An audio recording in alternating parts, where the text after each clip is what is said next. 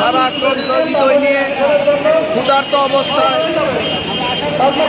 আমাদের ন্যায্য দাবি গোটা সারা বাংলাদেশের নন এমপিও সকল শিক্ষা প্রতিষ্ঠান, দাখিল মাদ্রাসা, স্কুল, কলেজ, কারিগরি শিক্ষা প্রতিষ্ঠানের সকল শিক্ষক এবং কর্মচারীগণ ঢাকার রাজধানী বাংলাদেশের জাতীয় প্রেস ক্লাবের সামনে উপস্থিত হয়ে সকল শিক্ষা প্রতিষ্ঠানের নন এমপিও শিক্ষকগণের এমপিও আদায়ের লক্ষ্যে দ্বিতীয়বার আন্দোলনে আমরা উপস্থিত হয়েছি।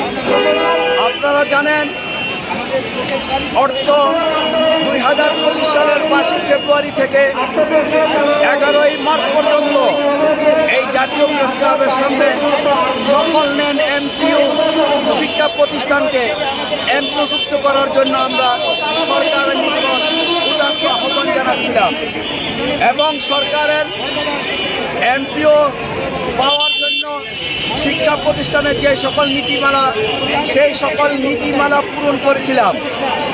সরকার বিগত 3 মাস পূর্বে আমাদেরকে প্রতিশ্রুতি দিয়েছিল যে আমাদের এই ন্যায্য দাবি তারা অতি দ্রুত বাস্তবায়ন করবে, কিন্তু আমরা দেখতে পেলাম যে বাংলাদেশের জাতীয় বাজেট ঘোষণা করা হয়েছে, কিন্তু নন এমপিও শিক্ষা প্রতিষ্ঠানের এমপিকরণের যে অর্থ বরাদ্দের প্রয়োজন, সেই অর্থ বরাদ্দ করা হয় নাই।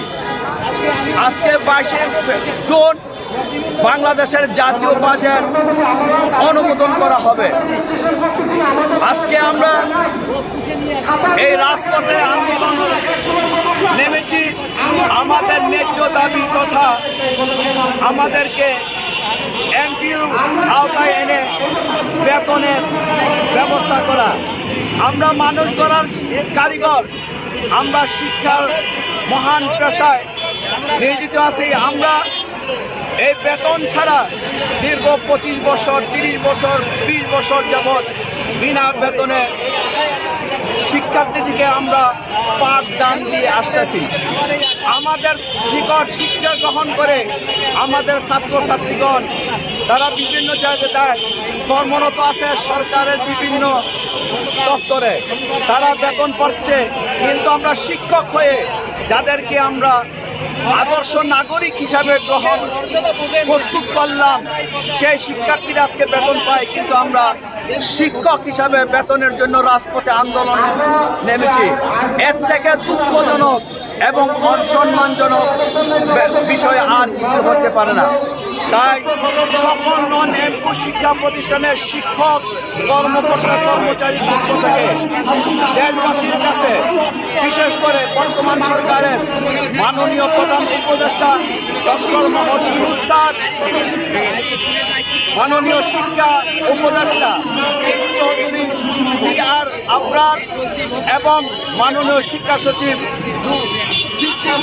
সহ সকল সংশ্লিষ্ট ব্যক্তিগতের নিকট উদাত্ত আহ্বান জানাচ্ছি, আজকের ভিতরে আমাদের এই ন্যায্য দাবি মেনে নিয়ে আমাদেরকে যেন এমপিভুক্ত করা হয়।